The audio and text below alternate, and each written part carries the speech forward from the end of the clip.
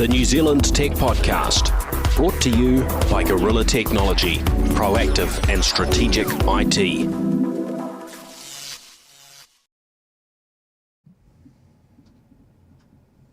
Greetings and welcome along to the New Zealand Tech Podcast. I'm your host, Paul Spain, and today joined by Frances Valintine. Welcome, Frances. How are you? Good. Kia ora, Paul. Great to see you. Likewise. It's nice to be able to sit down and have a bit of a chat. In the real world. Face to face. Yeah, it's so good. Maybe you can just a little bit of an introduction to those that don't know you, where you fit into this world of technology and education. Sure. And then we'll jump in from there. Okay, so this is 25 years for me have been in education and technology. It's sort of a bit of a segue, well, it's sort of almost a collision, I guess, of two fields that I love. Technology, I kicked in around the late 80s, early 90s when the tech world was really coming to its own. I was based in London. And then education, I got the bug coming back into Aotearoa a few years later when I realised there was this whole new industries that were starting to emerge and nobody was training for them. And so I decided at that point it was really good to get involved with the creative sector, the creative technologies, with a bit of e-commerce thrown in for good measure in the early 90s and into the 2000s. And these days I am the founder and the CEO of the Mind Lab and Tech Futures Lab here in Tamaki Makaurau. Fantastic. Well, I know there's a whole lot more to that story, and you have so much, recognition for your expertise as an education futurist, and lots and lots of awards. So it's a real privilege to get some time to share with you today. Keen to hear about your new book, but first of all, we'll jump into some of the happenings in the tech world. Absolutely. And let's have a little bit of a chat around where things are going. On the New Zealand front, we see New Zealanders playing this role in potentially shaping something of the future of the Metaverse, this new Web 3.0 world, the world of distributed technology, NFTs, and we've had South by Southwest happening in the US and in Texas. And I was looking at some coverage from Fortune magazine, and they have their title was "Open or Closed: A Key Battle Over the Metaverse is Underway that will decide this buzzy technology's future," which was kind of a fun title. But they've sort of delved into, I guess, Mark Zuckerberg and Meta / Facebook wanting to get in and to play a very important role in the future of technology. But also they quite quickly delved into a quote from Brooke Howard-Smith, Non-Fungible Labs and the Fluff World with their NFTs. And really, he was just talking about this ability to take these NFTs and things that maybe are in one world and being able to move them around between other worlds, and that's where this weekend Non-Fungible Labs and the varying other partners there have been pushing this concept of a metaverse manifesto and looking to create this interoperability piece. Now, from where you sit... I guess, I think that what's amazing right now is just the number of people I'm sure sitting here listening going, hang on, back up the track a little bit, we're still back at the metaverse.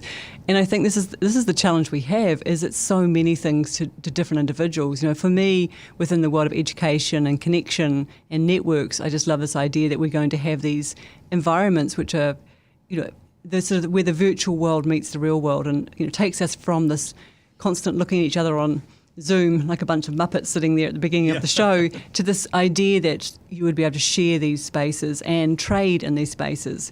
And I think that this is where businesses who are not really having their eye on the ball about what it looks like for them. Like, what does their physical business or their virtual business look like in the metaverse? And, I think what's going to be interesting is if you look at the moment, the acquisition of property in the metaverse, and, do you buy down the street from Snoop Dogg, or do you kind of wait to see who the next cool location is? And is your brand, better suited to sit alongside some other great brands in the metaverse, or should you be starting your own sort of virtual world and trading and using your NFTs or whatever form of digital currency you choose? So I think we're at the stage where we don't know who's going to win the race. There's certainly lots of big brands spending hundreds of thousands of dollars acquiring their premises and building these virtual facilities and malls and shops and houses. And, I think it's fascinating, but I can see with the likes of even the technologies around VR, AR, and even Google Glasses coming out with 2.0. Dare we even mention Google Glasses? I'm not sure. But but the idea is where everybody's fighting to figure out who's going to sit at the table in these new spaces and who gets to trade and actually what does that look like? Yeah, and look, there's so much still to figure out, and we can take in all sorts of information, but actually, predicting the future, well, that's there's that opportunity really for each of us to participate in defining what that future looks like, right? Because it's yet to be written. Yeah, and I think the great thing about these major leaps in technology is it's democratized in the beginning because nobody knows who's going to win. It's a bit like the early days of Bitcoin. Those who got in early and took the punt, who won, I guess, in the early stage if they hung on to them. And then you have those who come in later and don't do quite so well. But actually, in the end, it's everybody's able to get in when they want to.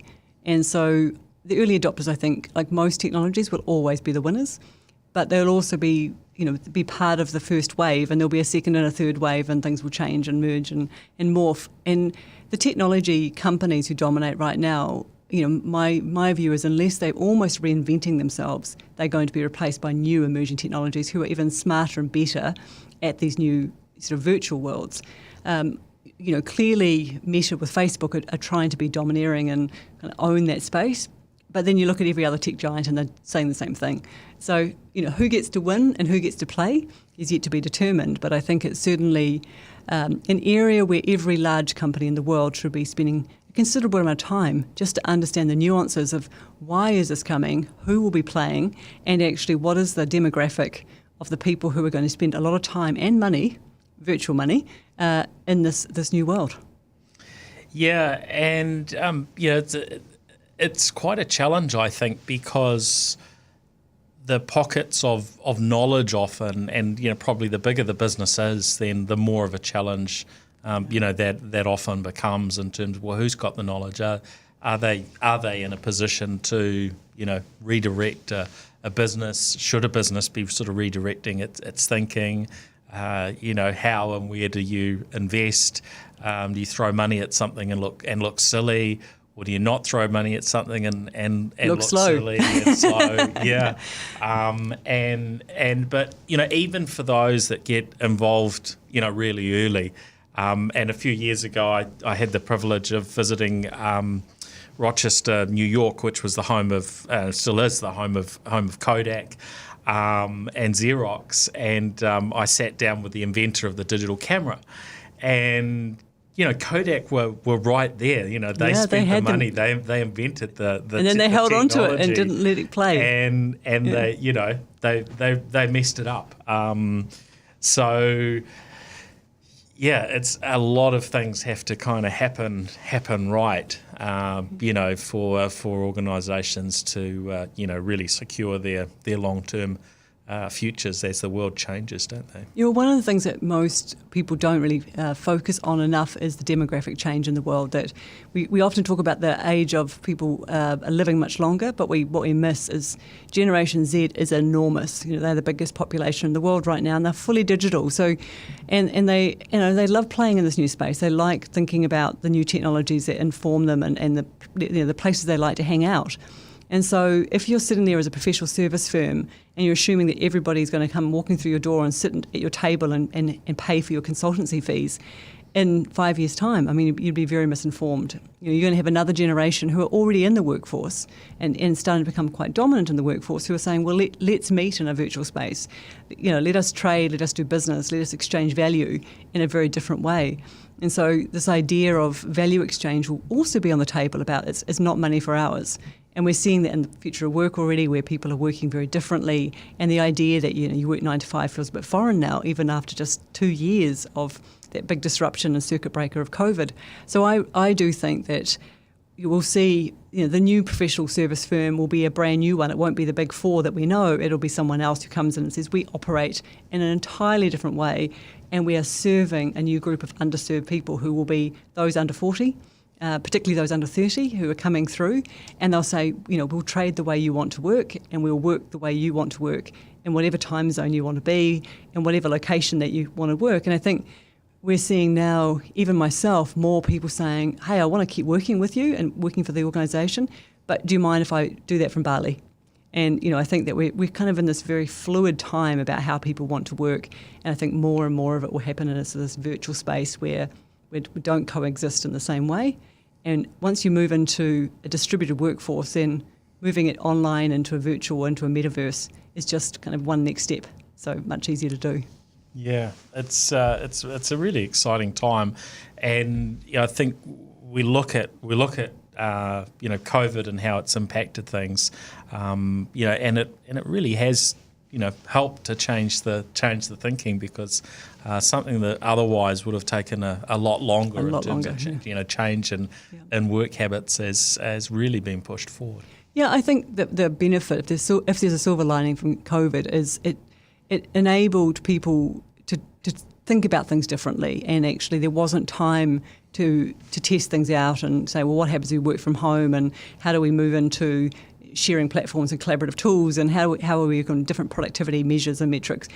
It was through necessity. And so once people tried that, it was really it was almost by stealth that we did things. And then the surprise aspect was, hey, actually a lot more productivity happened in many cases, and actually people adopted technologies would have taken years to go through and adopt, and businesses actually had to kind of supersede investment into new types of platforms, and then some had to break the rules completely and say, okay, we are going to allow people to work with confidential information through new systems and VPNs and doing different things. So I think there is no way that the world would have advanced in the way it has, and I think while there are two sides to every ledger, a lot more people today have the flexibility they've always desired, and are probably looking at a much more flexible future in their workforce and their careers, and that can really only be attributed to COVID and the actual necessity of pulling off the Band-Aid and looking at things differently. Yeah. It's exciting. Now, just looking at some other areas where New Zealand's pushing forward, electric ferries. Now, we look at our electric vehicles, and the growth has really been accelerating, on that front, here and globally. And I think with the price of oil, that's probably helped a lot of people to maybe reevaluate the equations. Here in New Zealand, of course, there's been a subsidy for those buying electric vehicles. I think that subsidy drops next month. So the end of March, I think it is. But not too much. So I think we're going to see, a continued movement on that front, and until the internal combustion engine vehicle is sort of a rare thing on the roads. I mean, these things take quite some time to happen, and it's not as though cars are replaced quite as quickly as we do our smartphones and other gadgets. Certainly within New Zealand, I guess some markets like Japan, where they don't keep their cars very long at all, they probably will transition faster. But yeah, the electric theory in Wellington, Wellington Electric Boat Building Company have got their new one operating and has done its maiden public sailing, which is pretty exciting. Oh, look, it can't happen fast enough. And I think, I've went over to the Netherlands a few years ago before COVID and did a smart city tour with the government there and the amount of electrification there between buses and trams and boats and autonomous boats that are electric, the trains and the buses run, and then there's also electric planes. So I think we really need to think about it. I have to say I'm thrilled. I drive an electric car and I wouldn't give it up for anything. And actually, what's fascinating for me is when I talk to my graduate students, almost everyone admits if they had the ability, their next purchase for a car would be electric. And I think to your point, with the cost of petrol going up and petrol costs almost never come down, I think it's going to be probably the catalyst that really changes things if people can afford to. I appreciate there's lots of other considerations around sustainability and what do we do with all these old petrol cars. But I think long term, it's going to be better for the environment. We just probably have to solve the issue around the batteries, in terms of some of the fossil fuels and things we need for the batteries. But once I changed a couple of years back to an electric car, it's certainly no going back. Yeah, I'd agree on that front. And look, there's all sorts of options. Our family bought an electric sort of moped, the modern equivalent of a Vespa. Awesome. It's very, very cool. Certainly the EVs have been coming down in price. In fact, I looked over the weekend at the price of the Tesla Model 3, the base model, which is subsidised at the moment, and compared it to the US price. It's actually cheaper to buy in New Zealand right now than it is to buy in the US. So those that have been sitting on the fence and wondering whether to buy, probably the price is going to go up. If I had to, I'd say so. If I had to make a prediction on that front. 5 to 7 months is the delivery wait at the moment. So, actually, I do have a Tesla, and I got it 2.5 years ago, and I had a 3.5 year wait from the time I put the deposit down.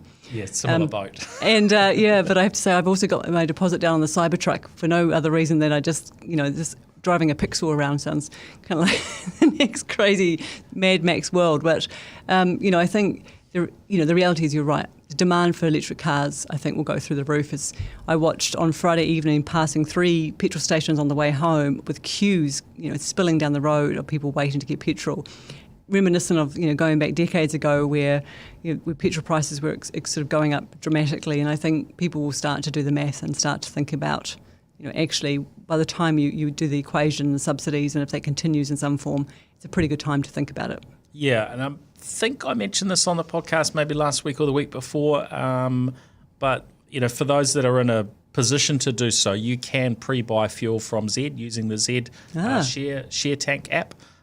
So a friend that bought a Tesla after last week also messaged me, and because he's got a big weight, said thank you for the advice, and he sent me a screenshot. He just bought 550 litres of fuel with Z at the current price. So you can hedge it at the current price. I think that's a great advice, and I think one that more people should know about. Yeah, so rather handy. Now, looking forwards, we have this incredible infrastructure in New Zealand when it comes to connectivity, especially with fibre. Chorus sent through a press release this morning talking about the phase out of copper. So they're just now, really at that stage where there are, some areas where people have moved to fibre entirely or very close to it, and they're now, talking through this withdrawal of copper. Which I think just something that consumers need to be aware of. There has been some messaging coming out from telcos that's trying to nudge people towards fixed wireless services over the mobile networks, and in my view, some of those communications have been very much sort of self-serving from the telco's perspective to move to their mobile network because of the lower costs, and it's not always the right thing to do. So if family members who will just do whatever they're told by their telco, might be a chance to have a word to them if you haven't already. Probably most of these comms are out now already, but I keep hearing about people sort of putting their hands up and are asking for help, or are saying, oh, this happened, and we were kind of told that copper was going. Well, it is, but over quite a long period, and copper is not being removed where there isn't fibre.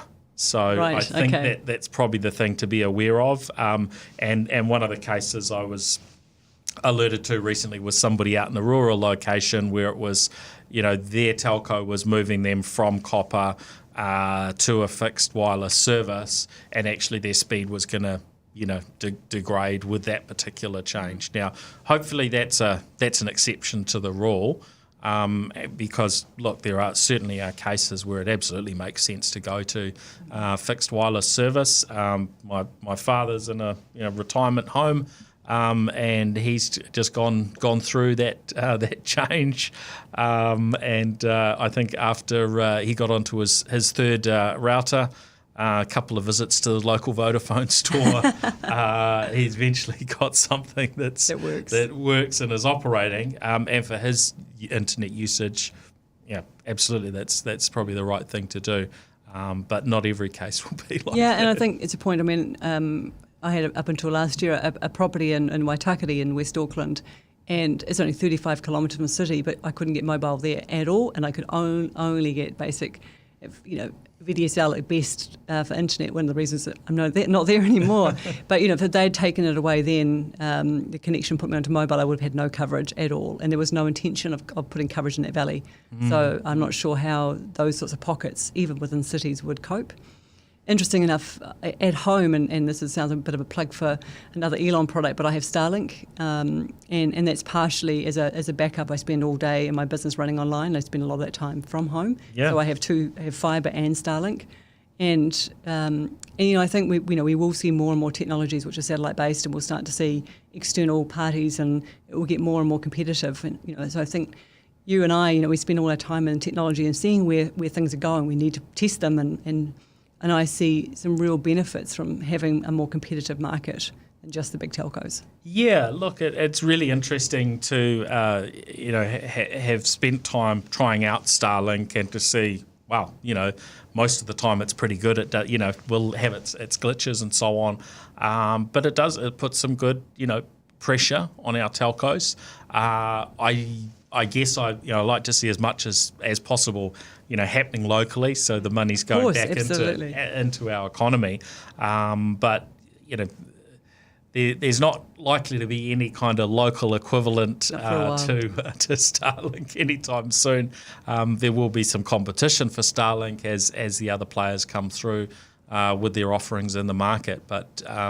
We have a very interesting, time ahead in terms of telecommunications, and New Zealand is one of the best places to live, in the world because of what great infrastructure we've got, and that Starlink is here reasonably early compared to some other places, and so really it doesn't matter where you are in the country. You've got some pretty good options probably right now.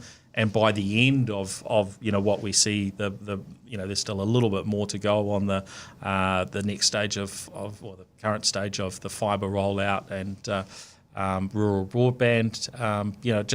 Just gets better. So it's great. And actually, just going back to Starlink, I have a staff member, for example, who couldn't get anything more than really a dial-up speed out south, and it was a no-brainer for us as a company to say, okay, get Starlink and get that installed. And her life changed, her kids' life changed. When she went to lockdown, we had to figure out a solution because she couldn't come to the city, and it enabled her and her children to learn remotely. And it was a game changer for them in a time when there wasn't an alternative. And like if there wasn't an option locally, I'd certainly take it. But it's always about directionally where things are going and making sure we look at the options. And hopefully businesses will come in behind and say, hey, there's a real market opportunity. Yeah. It is interesting that I think it's Japan where Starlink has they've got a local partnership there rather than selling direct, but I'm not aware of that happening sort of anywhere else in the world. But as we've seen with Tesla, there's some real upsides to a direct business model. There's probably some downsides too in terms of local throats to choke, as they as they say. But in general, I think this is the nature of the way tech is changing the world, and so we see various parts of the supply chain and distribution chain sort of evaporate. And, I think what I like about when you've got those, whether they're local or global, who are really leading from the edge, it gives a direction for others to follow. We need to know what shining stars we're chasing in terms of democratising access, and internet access needs to be for everyone. It can't just be for those who can afford it. And everything I see in tech always starts with the very wealthy in the beginning, and then the trickle down effect. The first Tesla that came out were well outside the average person's price range, and in fact the first two. And it wasn't really till they got to the Model 3 that actually more people could start to see that it was comparable to a new car, a petrol car. And I think we'll see the same thing with access to other forms of energy, and solar will be another one. As we start to think about electric vehicles and even cycles, all those things will start to change. And I think a lot of it's going to come back to internet connectivity as it becomes more accessible for all. And I keep thinking, it wasn't that long ago, I lived rurally, and I was using a service, a local service, and I got 8 gigabytes a month for a family of 4. And it was it was hundreds of dollars per month, and we literally watched every single download. And it was like a day by day, just trying to make sure we didn't tip over, because the cost if we went over was just so prohibitive. So it wasn't, maybe it was 14 years ago, but it was just extraordinary. Yeah, things just change so quickly. Now, we'd like to talk about, from time to time, this future vision of autonomous vehicles and self-driving cars. So it did catch my attention over the weekend, seeing that in the US, the National Highway Traffic Safety Administration are opening the door to this next phase of vehicles that will operate, without the sort of manual controls like a steering wheel and so on. Great. That we're used to. So these things are starting to come through, and basically new rules coming into play for this world of autonomous vehicles, which is I think pretty exciting to see it progressing. And we don't really have time to sort of delve too much into all the realities of that, but also Japan either has now introduced or it's going through the process with the government there, new legislation that sets a framework for fully autonomous cars on the roads in Japan as well. And of course, there are lots of other markets where there have been varying bits and pieces of legislation or moves forward. But, we look at Japan and the US are pretty influential when it comes to I think the other place, vehicles, and China, which are moving forward pretty quickly on autonomous, right? Although I think the one that's probably most advanced right now is Dubai with their autonomous taxi fleet, which they're rolling out right now. And by the end of the year, they expect, I think it's half the taxis within Dubai to be autonomous, and that is again without level 3, level 4, without the steering wheel, without having sort of the dummy person in the front seat holding fort. So I think there are some definite markets right now where they're seeing the benefits. And again, if the price of petrol keeps going up, having access to mobility is going to be more important than having mobility yourself.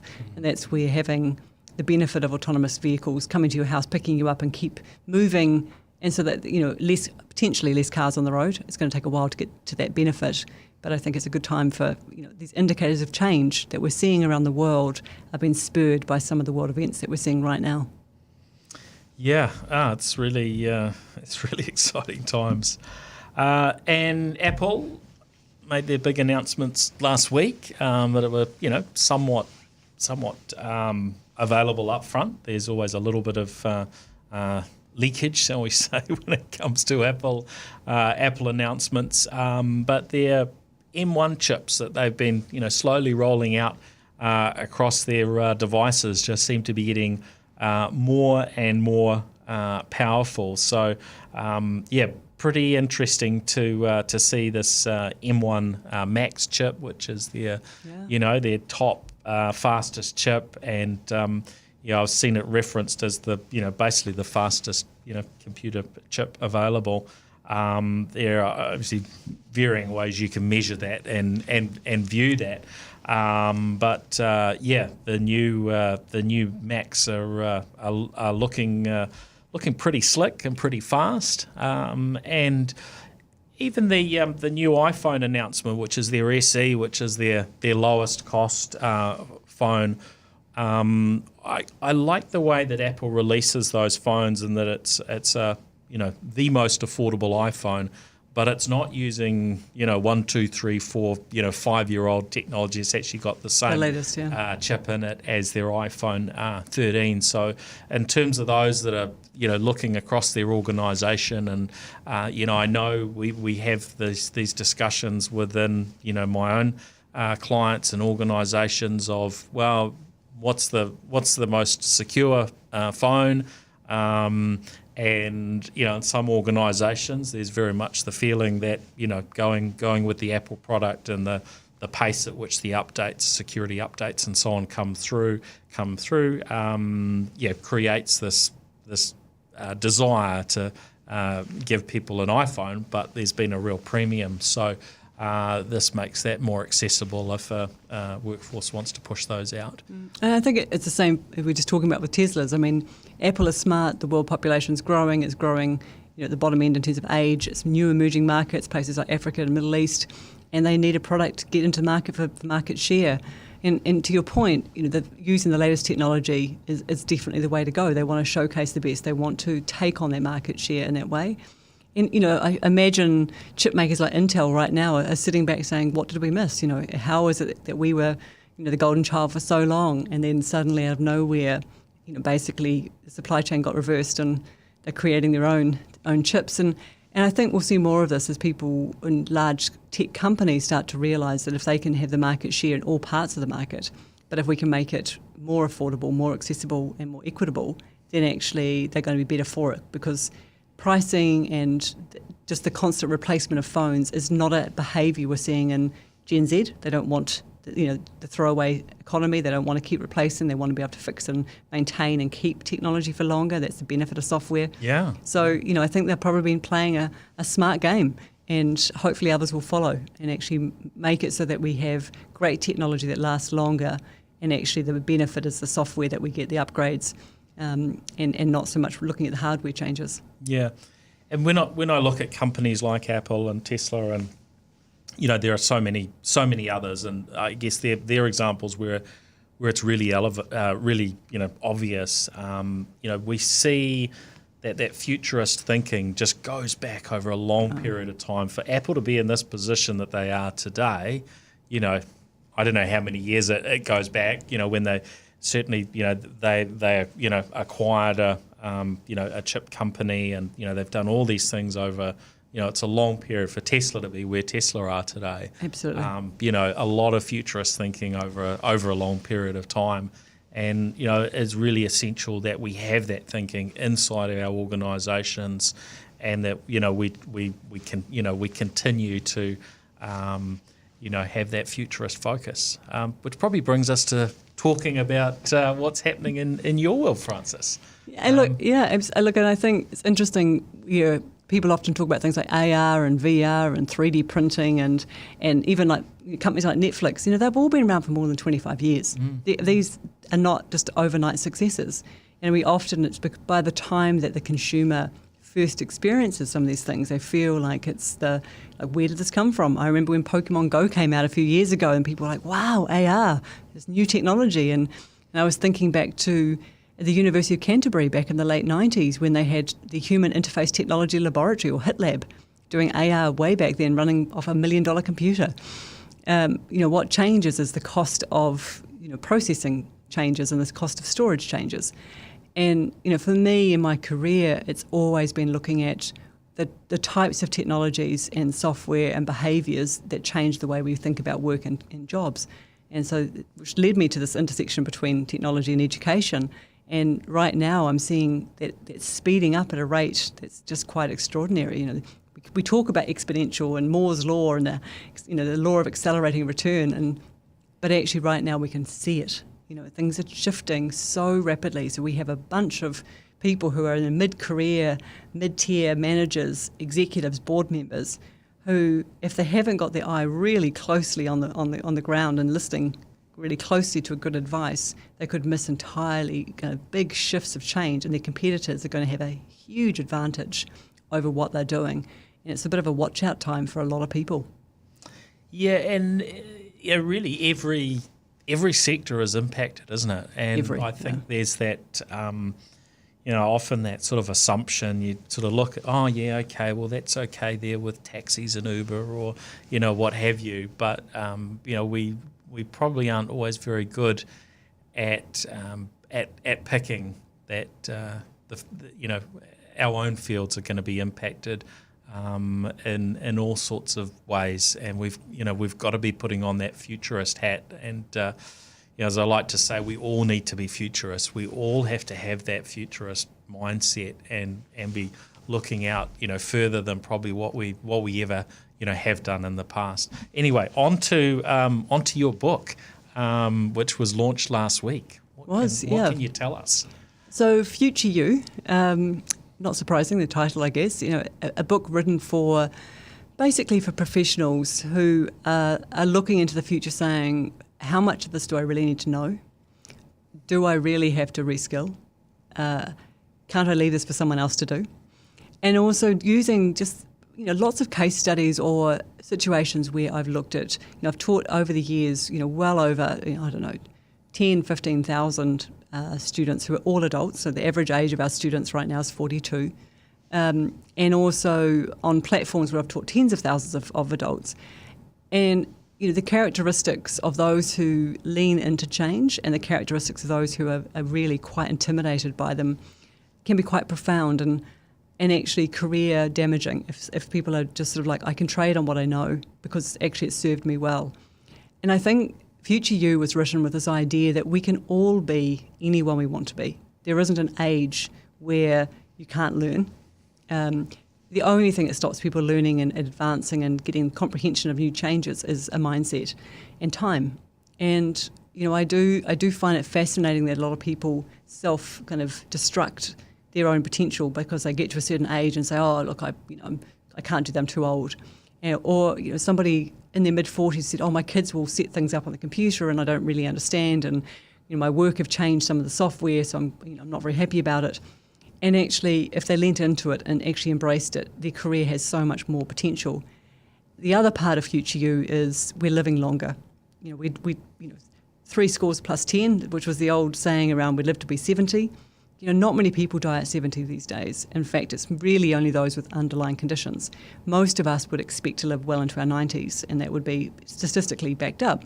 And of course, our children will live even longer. So this idea that our careers will finish at 65 if we live to be closer to 100, what do we do for those 35 years if we haven't stayed kind of, able to be able to adapt and adopt new technologies? And so that's one big challenge I focus on. But the other one is what happens between, say, 45 and 65 if you haven't kept up to date and you lose your job? If you're 50 and suddenly you found yourself made redundant, what job can you apply for that's going to give you the benefit of the experience and you're advancing your older years, to carry on? And I think there's going to be a lot more people in their 50s find themselves unemployable. And I think it's a very harsh reality that people have to understand that today when you're hiring for the skills you need today.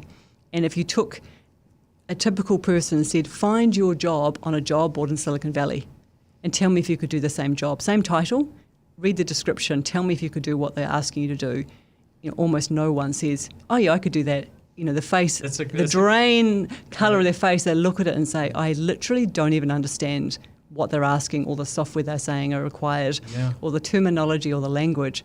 It's pretty confronting. And we're only just behind that. Give us 2 or 3 years, those same jobs are going to be, the jobs that we see here. And, people will actually, if they don't keep ahead of those changes, will find it very difficult to step into those jobs. Yeah, and there's a broader impact, isn't there? Because if, as individuals, we don't start making these changes in our mindset in terms of how we educate ourselves and keep ourselves up to date, then there's a much bigger flow on to, the success of our own, families and, ultimately as a nation, our success.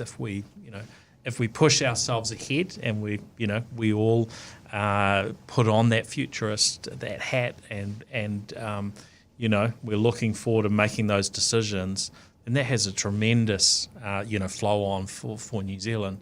But at the other end, if we don't get that, we don't bring those changes about, then the challenges that we have as a nation, as a society, and in all sorts of different areas, then we're going to get stuck with those same problems getting bigger, rather than us moving ahead, which is where we want to be, isn't it? Yeah, and I think the understanding that the knowledge economy is where directionally we need to be heading. We need to be trading a lot more in our knowledge and expertise. And forgive me, but you and I we're not spring chickens. And I'm sure you get this as well, and people say to me, but how do you know all this stuff? How does this conversation, and it's sort of almost like some osmosis that we just walk through knowledge and it just sort of lands in our brains. You keep active, you keep reading, you pick up authentic, reliable source of information, you have really great discussions with friends and networks. It's those things that keep us informed. It's not about just, hiding from those conversations. And, I do think it's a big difference of, that's sort of the ultimate dinner party when you've got a whole bunch of people who've got a vast array of different knowledge and you can sort of share and bounce off each other, versus people who haven't had that and they've got, they talk about the kids' sport and the weather last weekend and when are we going to go to the Pawanui again. I think we have to surround ourselves with people who don't just think like us and who can inject new topics into a conversation where you go, whoa, what are you talking about? What is that thing you just talked? I've never heard of that before. And so for me, that's where life gets interesting. As you get people who are reading or sharing ideas and listening to great podcasts and saying, okay, there's a few things in that podcast which I'm going to write down and I'm going to research, and then I'm going to have a conversation with my team or my kids and actually start to understand that better. And so going back to the book, that's really what it's about. It's saying, this is something that we can all do. And for part of it, for me, it was saying yes to every opportunity I could. And I started that at the age of 35. I just decided what was there to lose. If people asked me to do something, even if it was terrifying and I didn't understand it, I'd just say yes. And actually going forward, it's really served me well. And by the time I hit 50 last year, it was sort of like, hey, actually this, I feel like I'm just starting this escalation of like so much exciting things ahead of me and ahead of my children's world as well that I want to be part of. And really, I see that the more you embed yourself in this environment of just great topics and really interesting things that are happening in the world, the more doors open and the more conversations that happen. And it kind of has this really amplifying effect that you get to be involved with more great conversations, and the world just kind of opens right across up. Everything opens up. Yeah. Oh, that's this is a great discussion. Tell us a little bit about the Mind Lab and Tech Futures Lab. Obviously, encourage everyone to go out and get the book, however you can. Is there an audio book version? Not yet, but there is a Kindle version, and there's I don't even know how audiobooks. So HarperCollins are my publishers, and I'm not sure how that works, but it is available, in all good bookstores. Yep. Audiobooks NZ, they're friends of ours. Oh, good, so, good. I'll have to talk to them. Talk to Theo. But yeah, I'm keen to understand a little bit. You mentioned before around sort of the average age of those going through your programs. Was it 42? 42, yeah. Which is really, really encouraging. Yeah, so I have every year around 1,400 postgraduate students. We only teach at postgraduate level, so everybody's coming in with a bit of history behind them. And then we'd also have online learning as well, and one platform in particular called Digital Boost, which has 45,000 business owners who are learning to digitise through their support through MB, who are sponsoring that platform. But the main students coming through are mid-career, and one of four things have typically happened. It's either they've had a really great job opportunity passed by them and someone else has been promoted above them, and they've been suddenly like, how did that happen? Or they've been made redundant from their job, or they've lost a really important family member, and often it's a parent, or they've suddenly sat down and looked at their kids and realised their kids are experiencing a world they don't really understand. So one of those catalysts is often the kind of the moment in time where our students come in and go, you know what, it's time for me to get back into learning and actually understand, where things are going. It's a real privilege to teach adults. They're all part-time, so they're all pretty much employed. And the My Lab and Tech Futures Lab are both organisations that are basically sort of sister organisations. And we've been in, really sort of dominantly playing in that postgraduate professional development space for the last nearly 9 years. And in fact, just last week when the book came out, it was also the same week that we had a 50% investment of shareholding into the business from a fund called the Equity Impact Fund out of Sydney. So a big week last week. So congratulations. Yeah, and look, it's a really lovely next step for a fund that recognises impact and sustainability, but also about what is needed in the world of education. And so for this particular Sydney-based fund, it's the first time that they have invested in a New Zealand organisation, and certainly the first time in professional development or higher education. So sort of for them, it's a step into a new direction. But what's happened with COVID is the amount of adults who are learning right now globally has just soared. It's just surged ahead. It's just suddenly all these online platforms, we've taken some of the best institutes in the world, have opened their doors online and allowed students to come in. So it's not that geographic, you have to be somewhere. And what's happened is we've watched our children learn online, adults have started getting on board, and I really think that this is the generation where we're going to see a lot more people saying, lifelong learning. We've heard the phrase for a long time. This is actually going to be the reality of lifelong learning, that people will keep investing every few years. It might be a sabbatical, it might be alongside their work, it might be a deal they do with their boss to have a few hours off every week. But I do think we're starting to understand that knowledge is not for life. Actually, it needs to be replaced. It's like, I actually even refer in my book about being a bit like a phone. The day you get your phone, it's a depreciating asset if they don't get new software, if you're not getting new apps. And so when you hire a person, the day you hire them, they are a self-depreciating asset if they're not learning. So they're actually going backwards. Yeah. So you need to be investing in people from the day that they start working for you. And then actually, they can work for you as long, and they can be there 10, 20 years if they keep learning. But if they're sort of like, okay, everything I ever needed to learn I already know, then you probably don't want to hold on to them forever because actually you're not going to get that real value. Yeah, absolutely. Oh, that's exciting. And are you seeing or are you open to international students? Is there a future that's a little bit more than just New Zealand? Yeah, so one of the things we did change during COVID is we went through the whole accreditation process again for international students. So we haven't started as of yet, but that is definitely on once borders open. But we can also now teach all of our programs fully online. So all our master's programs can be taught fully online. And we've got flagship programs like the Master of Technological Futures, which is kind of a catch-all for all the things we've talked about today for people who want to understand the future. And they could be from an agri background, they could be from a logistics background, and they could be from almost any background. It's this idea of where are the technologies of the future going to take us. And I do think, one of the things you were talking before around it's all sectors. I was thinking about logistics. Within the country, normally delivery is either free or it might be $5. That is a huge cost for a business. The last mile delivery in this country is unbelievably expensive. And so it's a hit for every time they do that delivery. People don't want to deliver to you, they want you to come and pick up. But actually, the one company who comes in and figures that one out and actually can figure out how you get last mile delivery to a consumer quickly, then they are going to dominate that market. And it could be the Costco who's coming into New Zealand, or the IKEA, or it could be a completely new entrant who just takes on that role.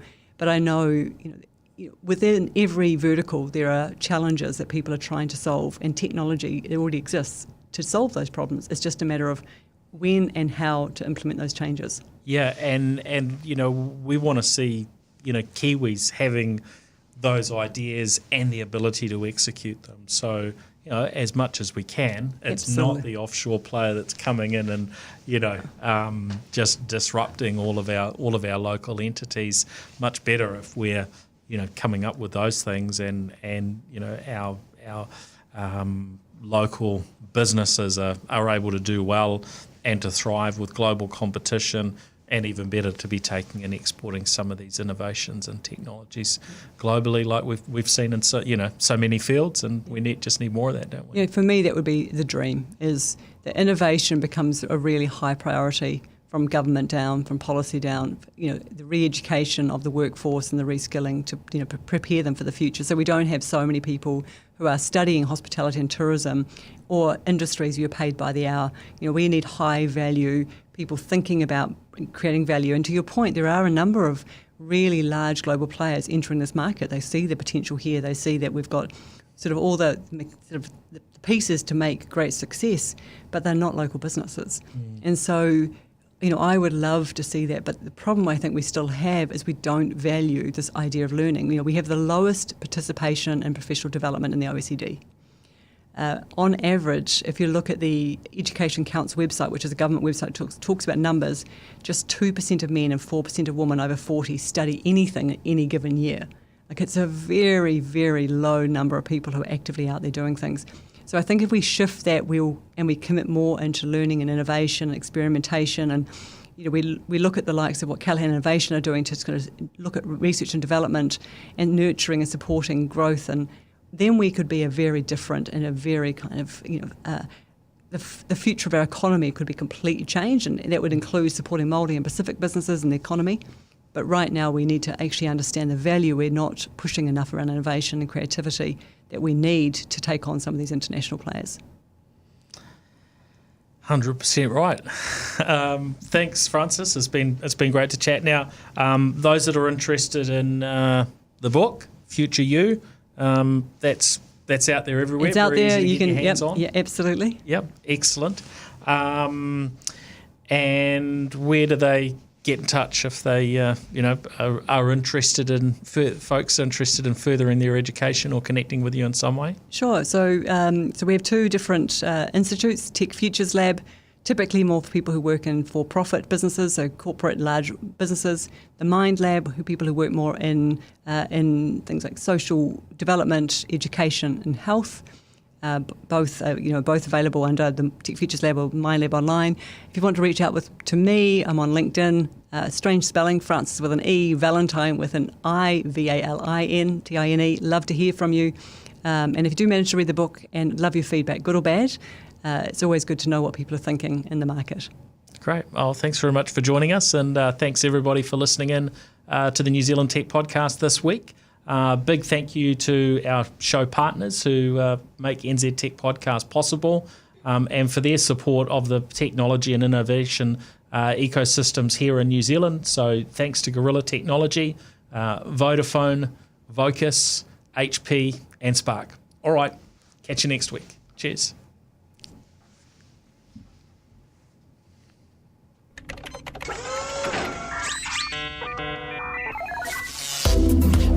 The New Zealand Tech Podcast, brought to you by Gorilla Technology, proactive and strategic IT.